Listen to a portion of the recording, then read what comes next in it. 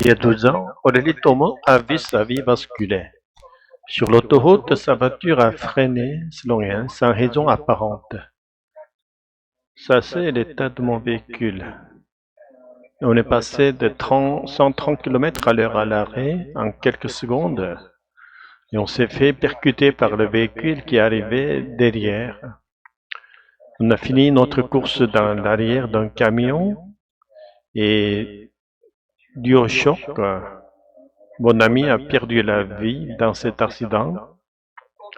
Condamné pour homicide involontaire, elle assure que le conducteur a refusé de l'expertise de son véhicule. Elle souhaite prouver qu'elle n'est pas responsable. J'espère qu'on va pouvoir le déterminer par des expertises plus poussées sur mon véhicule. Ces dernières semaines, des vidéos de freinage inexpliqués se multiplient. Ici, un accident évité de peu, l'angoisse d'un automobiliste stoppé net.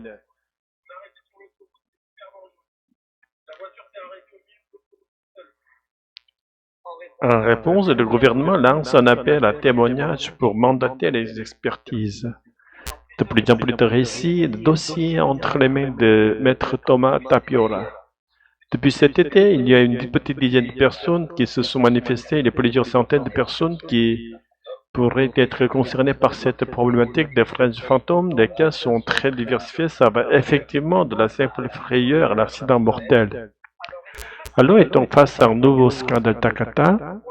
Trop tôt pour le dire, mais comme pour le Djerba, les États-Unis sont déjà touchés. Depuis 2018, les freinages fantômes concernent des millions de véhicules. Sollicité en France, les représentants des constructeurs automobiles ne souhaitent pas s'exprimer.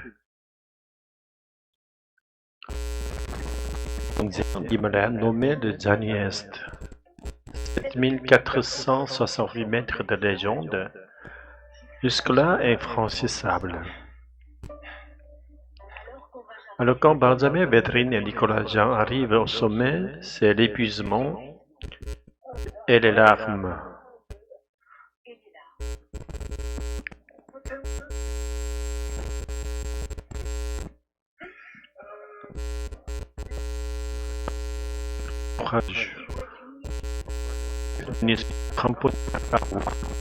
Aussi vulnérable que puissant. Ouvrir une voie sur un sommet complètement vierge. Sans oxygène, sans aide extérieure, sans Sherpa, sans compte fierce. Non plus évidemment que ça se représente en une forme de Graal. À cette altitude, l'oxygène se fait rare, il fait moins 20 degrés la nuit, il faut creuser dans la neige pour installer la tente. L'exploit se joue à deux.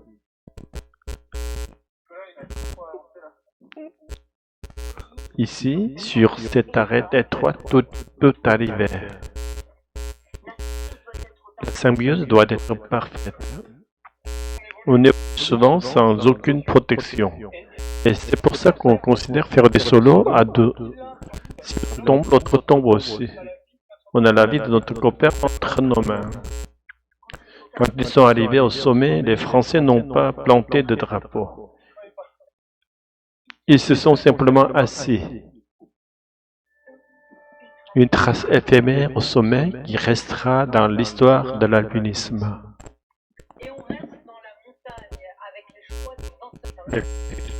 Alpiniste, un professeur de sport qui est fait devenir un véritable phénomène de librairie avec son livre Son odeur après la pluie, publié il y a 12 ans, où il racontait son histoire d'amour incroyable avec son chien.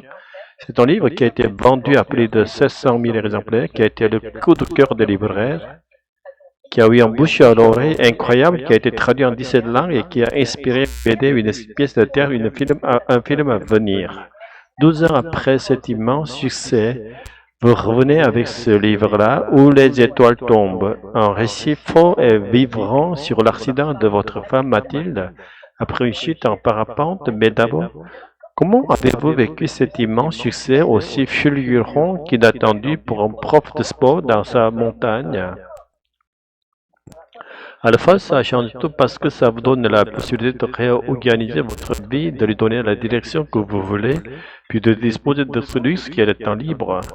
À la fois, ça ne change rien parce que moi, l'ossature de mon résistance Puis la sève qui l'anime, c'est de vivre dans ma petite vallée de montagne a- avec mes proches. Elle m'a donné des plaisirs tout simples. Puis vous savez, j'ai autour de moi des mesuraux incorruptibles de taille, de crâne et de cheville qui me recadreraient immédiatement s'il y avait quelques boursouflements.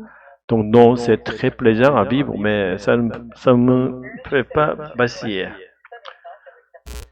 Le succès c'est fulgurant, mais ce qu'on ne savait pas, c'est qu'en parallèle, vous vivez un véritable drame, une véritable épreuve que vous racontez dans ce nouveau livre. Votre femme Mathilde a subi un très grave accident de parapente. Vous connaissez tous les deux très bien la montagne, vous la sillonnez tous les deux.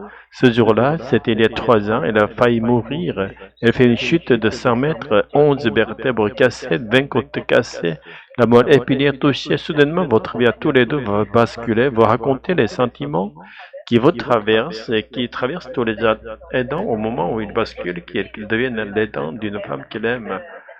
La culpabilité, la peur, les sentiments contradictoires, pas toujours très beaux. À la fin, quand même, l'amour, la résilience et le goût de vivre. Oui, l'amour, moi, je savais sa disposition. Je sais qu'il est plus favorable aujourd'hui d'exprimer une forme de méfiance vis-à-vis du sentiment amoureux, de sa durabilité, mais moi j'ai ça à disposition en forte dose pour accompagner Mathilde, l'aider, j'en sais rien, mais en tout cas accompagner sa vitalité.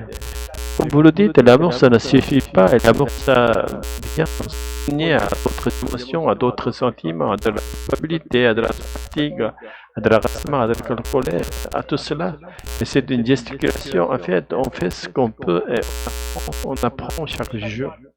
C'est ça que vous racontez dans ce livre. Vous écrivez qu'à la faveur de l'épreuve et des aberrations, on fait connaissance avec soi-même et ce n'est pas la plus anodine des rencontres. Qu'est-ce que vous avez découvert sur vous que vous ne saviez pas face à cette épreuve?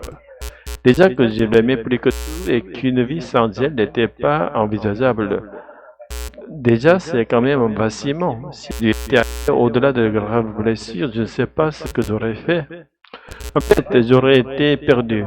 Dans la vie de tous les jours, on est un peu de se cacher un peu, me semblable. Là, non, on se retrouve face à soi-même, avec ses talents, avec ses ressources. Il en faut pour aider l'autre, pour vitaliser l'autre, pour que vos ressources ruissellent jusqu'à elle.